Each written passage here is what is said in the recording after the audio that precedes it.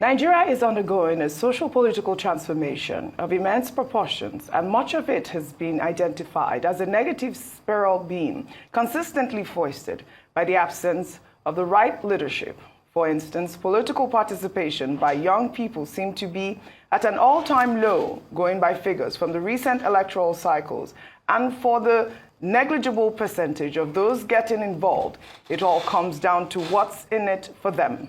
In less than 2 years, that gloomy picture may likely not change when the nation goes to the polls again to elect her political representatives. Against that backdrop, we're now being joined for a conversation by Lucky Ighoyota, a social critic, good governance advocate, a former House of Assembly aspirant in Delta State, State Deputy Director, PDP 2023 Campaign Council, and currently member, Governing Council, Delta State Polytechnic. Good to see you and good morning.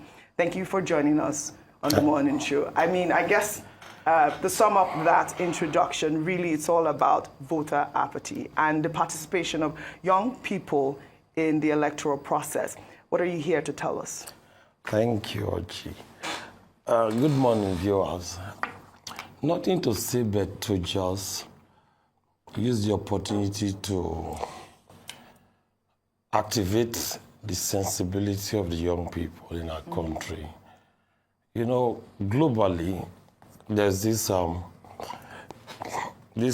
push for young people around the world to take their place in society, in the business environment, in the political space, and as you know, politics trumps everything. Everything we do on this planet is largely dependent on the political situation wherever you find yourself. Political decisions are very key in what you do in life. The food you eat, the alcohol you take if you like, the schools you attend, the medication you can access, everything about life is largely dependent on the policies of government. And who initiates these policies is the politicians. They take the decisions, and the decisions are binding, whether you agree or you disagree. So you, as young people, pushing for a better deal and also aspiring to be critical stakeholders in the decision-making processes of the world, not just our country now, you've got to enroll. You don't need to be a full-time politician or run for an election or play supportive politics, but you've just got to be a political personality. Like Aristotle said, we're all political animals, right? We're in the fourth industrial revolution right now, and it's a knowledge-based revolution. And the young people have got to quest for knowledge. And in questing for knowledge, you've got to ransack and know a lot about the laws of your country. What I have witnessed today and sensed today amongst young people in our dear country is that they are stuck with just the social media. The internet is a very veritable tool. Why do you say that? I say that with utmost respect for the young people. Hold on 1 second. The same Nigerian youth that led the NSAS campaign? The NSAS is a product of necessity.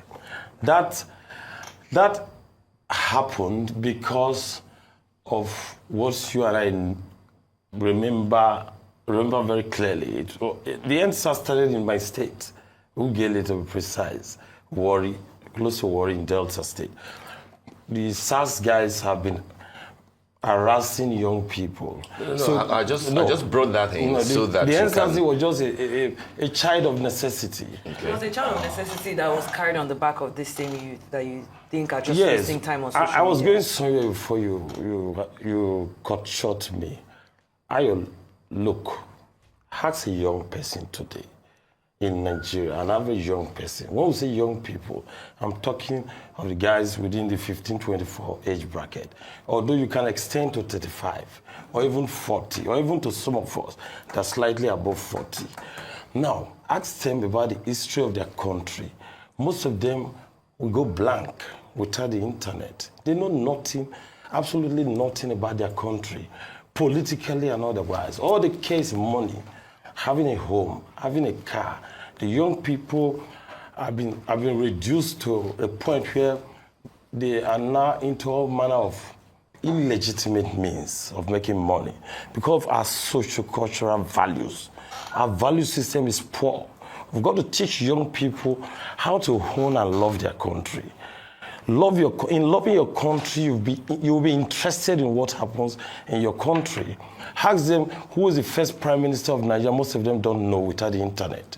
Who is the first president, whether ceremonial or not, if you like. They don't know.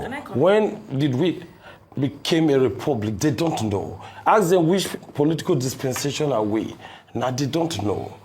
If you ask them, are we the fourth republic, third republic? They don't know. Can I come in? All they're after is yes, PDP. Can I come in here? PDP, APC. I understand the sentiments. Yeah. Your sentiments, because there is a large part of the population that are not necessarily as savvy as you've described. Yes. However, if you are, and this is just a side note, if you're asking a young person who the first prime minister is, and they're not able to answer that, does that necessarily tie back to the fact that they don't have voter apathy? Let's just put that on one side. Okay. But then again, I like the fact that my colleague here mentioned the NSAS protests because, Arise News was very involved in those protests. And what we saw was literally the youth carrying that movement on their backs and using social media to actually push it to the extent that it was picked up by international organizations all around the globe. However, that energy did not fully translate into political action in subsequent elections. In fact, it was proven the inquiry that was put together by the Lagos State government actually showed that people were killed at the Lekki toll gate. No. So if you are speaking to the young people and saying that they don't care about what's going on, what would you say to someone who actually spent their time, their money, their efforts, and even using social media to fight for their country, and that was what they got? What would you say to a young person like that? It has to be continuous. What has happened after 2020 October? Since then till now, what has happened? You have to persevere. Now, NSAS was a big win, but did they build on it? Did they attempt to take that push forward? After that ugly scenario at the Lekki toll gate, which we all know, we're already aware of the findings. What has happened thereafter? The likes of the founder of Not Too Young to Run, what's this guy's name? Itodo. Samson is doing a great work for this country. He pushed for the enactment of that bill into a law. Today we have that act now. How many young people are taking advantage of it? Some of us have been fighting for these young people getting involved. In this same sojourn, I encountered Showari. We worked very tirelessly for this country in 2019. I was Showari's spokesman. Now, the young people, they abandoned what Showari was doing as a president because they were not having the kind of incentive they expect. Money. We have monetized politics in this country. As a young boy interested in politics, if I'm not a billionaire or an established millionaire, I can't get votes of young people. It's a bitter pill to swallow, but that's the truth. All right. That's the truth. The young people have got to change the narrative. Okay, that should be a 360-degree turnaround. Yes. But in what specific way, as we begin to count down towards 2027 election, in what specific way, two questions here, very quickly. In what specific way do you think that the youth should be galvanized towards political consciousness? That's one. Okay. And then secondly, do you think the fact that of the 5 ministers that were dropped last year by President Asiwaju Bola Ahmed Tinubu, the youth development minister, Jamila, what's her name again? Jamila Bio Ibrahim was one of them. Do you think that could have sent a wrong signal to the youth, if the conclusion was that she didn't quite discharge the duties of her office creditably well in terms of job satisfaction. Do you think that that will have dampened the spirit of the youth in a way? Okay, again, let me correct something there. That you are young doesn't make you eligible to lead. You have to be prepared for leadership. That is why studying political processes and having mentorship is very key. If you want to lead, you have to be mentored. That is why I try to emphasize very strongly that the young people are not in competition with the older generation of politicians. The young lady you just mentioned, probably she became an accidental minister. We've seen young people in government that has failed us. The likes of the erstwhile immediate past Kogi State governor. He became a governor at 42. It was a total flop. I say this without sense of responsibility. It disgraced the young generation. Now, in performance, it was so high-handed in handling that state. I don't want to discuss that state. That's not why I'm here.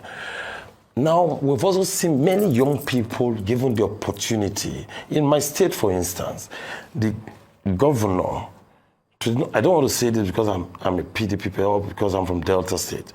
The governor gave about 13% of his cabinet to young people. And to a large extent, they are doing pretty well. Although some are not actually living up to the bidding, but they are doing pretty well. Now, in the generation past, the likes of the late sage, Bafemi Awolowo, how old was he when he transformed the entire Southwest with his educational policy? How old was the Zik of Africa when they stood firm and said, Nigeria, we have to what do you call it now? Have independence. When they were driving, they were at the forefront. How old were they? Now, even the likes of, how old was Tinubu during the Nadeko days? The present president now, how old was he? They said he's in his 70s now, right? I mean, if you take 32 or 33 years away from 70, it should be around 40, early 40s. Now, the weakest of this world, controlling Nigeria's politics today, how old was he in 1999? The Ameshis of this world, the Boris of this world, everybody was just 39, no?